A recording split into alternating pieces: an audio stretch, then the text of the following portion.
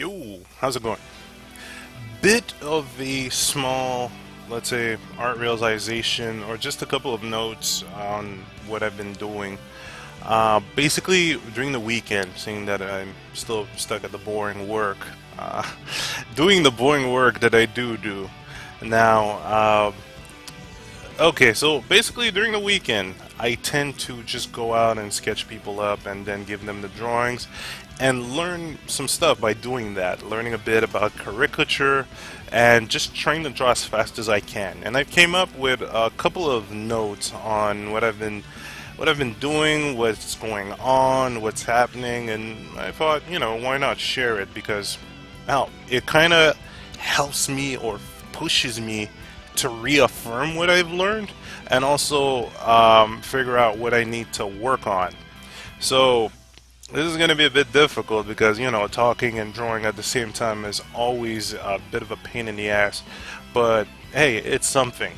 Now when it came to those caricatures, you see that little motion I keep doing. I kind of need to there we go. I'm stuck on one display, so this is going to be fine for me. Now, that low motion is what I've been starting with when it comes to most slash all of the portraits.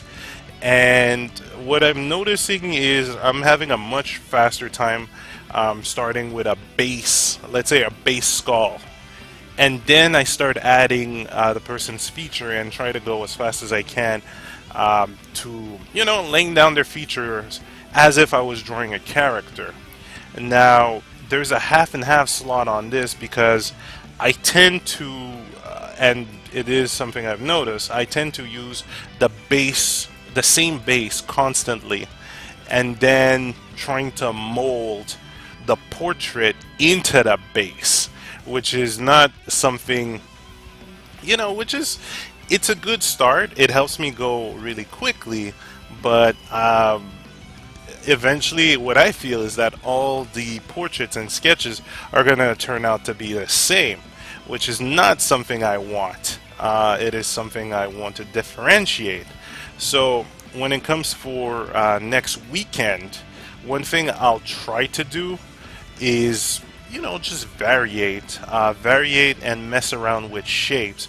Of course, there is going to be a time penalty. Well, because I usually try to do these within 2 to 5 minutes, and using another shape is obviously going to mess around with my flow. But for the good, for the good of this progress, in a sense. Mostly because you don't want all characters to look the same way, and not everyone looks the same. Of course, when it comes to female portraits, or the female I encounter in the streets, the model or the base model changes to something a bit more like this, where it's a much more slimmer shape, and depending on the actual person, that area, that bottom chin area, might expand, might be molded into different shapes, all depending on the person.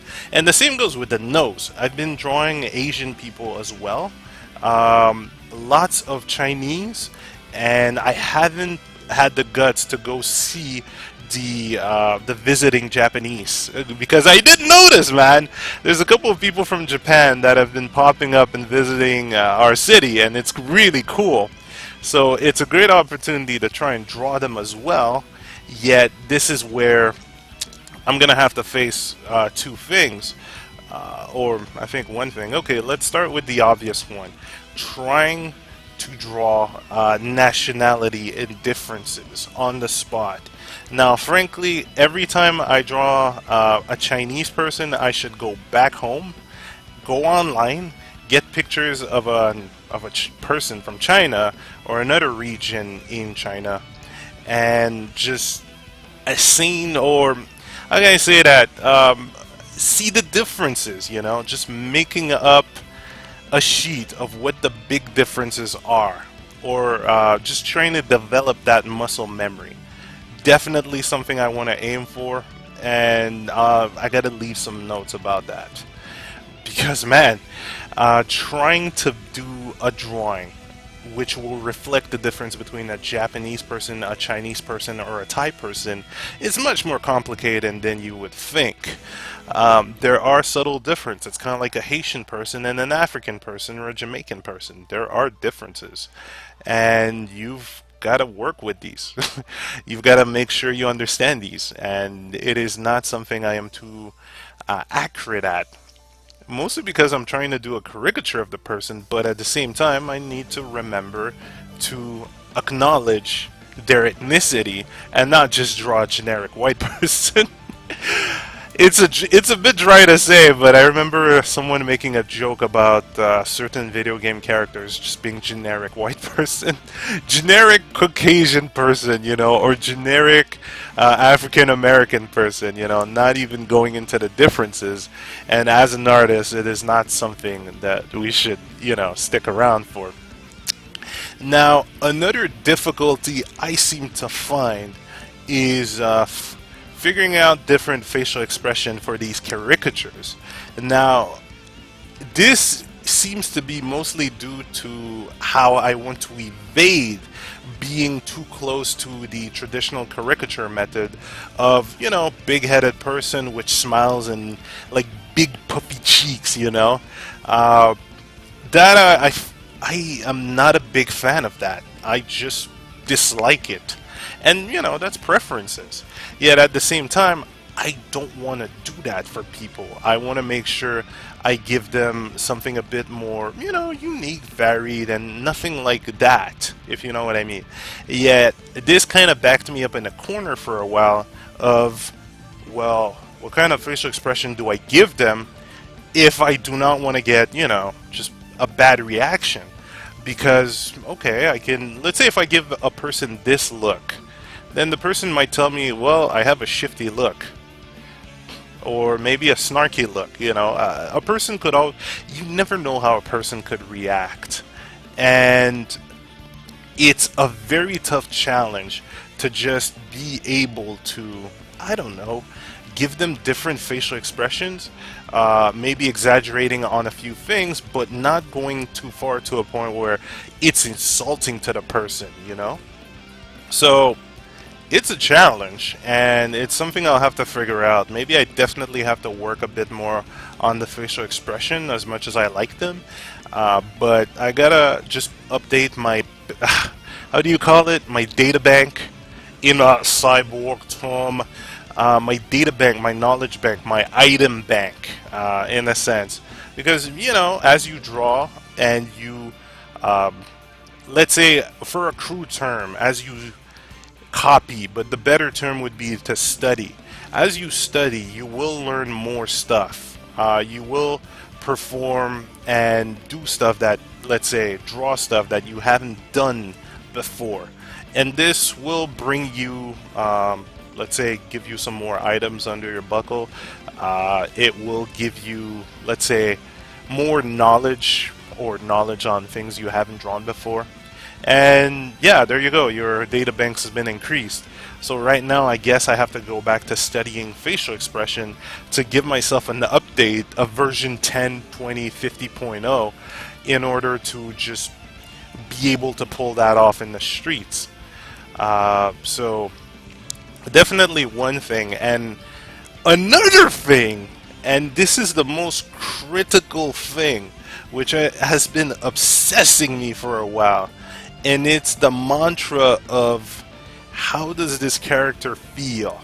Now, this mantra, or this just constant reminder, because, okay, I call it a mantra because I constantly try to tell myself how does this character feel, yada yada yada. Well, it helped me work with my own characters, alright? It really did. It kind of helped me understand some of my characters and how to express certain characters, you know? It's like I try to no longer feel as if I am drawing a character, alright? I try to think as if I am expressing what this person is doing instead of, you know, being too formal as in I am drawing. No. I'm expressing what is happening. So that's been helping me a lot, just trying to understand characters, feeling characters, seeing what's in their mind, how would they act in certain situation, and such. Yet, when it comes to doing portrait, this gets to be a bit difficult. Mostly because I'm on the spot and it's quite difficult to just make an assessment of a person without being in their mind, of course. And at the same time, linking back to the facial expression thing, well, what if I assess the person wrong and I make them look uh, something different, something very different from what they are? I guess this is why the questioning phase of a Simpson parody, you remember when they were what was it, when Lisa was getting a portrait or caricature of herself. Oh, this is the questioning segment. It's kind of weird to say, but I guess this is where this segment would help. Or just to have a fixed idea based on the person. I mean, in conventions, when I do these, I often meet up with gamers, and we do have great conversation about what's their favorite game, what's happening in the industry. So at this point, I can easily gauge what or who they are in a sense, well, partially, not like pinpoint Sherlock Holmes accurate. Yet that at least gives me an idea on how I can put that person in a portrait form and not fuck it up, or being a bit closer to what they are, you know? So to try and do that in the streets is going to be, maybe it's a bit too much for me at the moment. Maybe I should fully focus on getting more expression database, and also working with different shapes. Like right now, I don't like that drawing that I did. I'm definitely trying to force it in, or to force up certain shapes. Maybe even bullshitting my way and saying, okay, well, this is a shadow. It was a shadow all along. That why it was a ruse. Which is maybe one last topic. Sometimes you just gotta run with it and see how far your experiment goes. And I will need to just punch myself when it comes to doing digital coloring, when it comes to just hammering out my inking, or just not giving a fuck and running with my, let's say, whatever bad inking I do, but then seeing how far I can push it with color, or if I can change the shape at that state, you know? So, I call it, roughly I call it forcing it in, but maybe a better term would be just working with it, seeing how far your experiment goes. There's multiple terms for that. A good amount of terms. You can make up your own term. Maybe easiest term would be not giving up. Maybe. I wouldn't say giving up, because there are points where your sketch is just bad. Start it over. Yet, how far do you go? You know, how far, where is that point where you just say, fuck it, I'm stopping, alright? I'm just stopping. Like, how far is that point? Well, it's something to find out. And I guess recently, especially when it came to these street sketching, I just find ways to just continue. And when I continue and push things further, instead of just giving up and taking out the paper, then, you know, I come with small little realization of I should change this, I should change that. Maybe if I did this or worked with a different shape, things would be a bit better, you know? So, just gotta work with it, you know? Constantly just try to improve with this.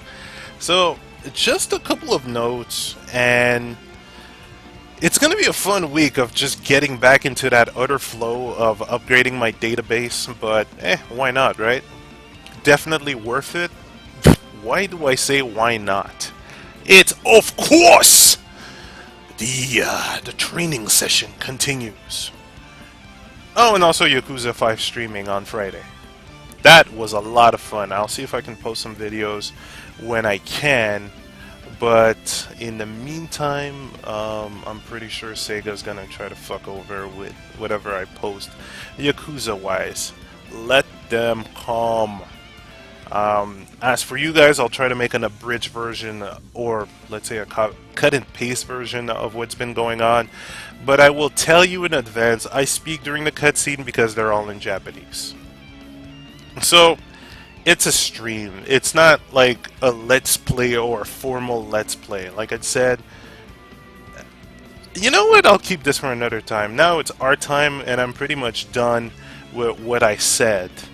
Looking back at, oh, bad form, bad jaw. I kind of should have just worked with smaller forehead.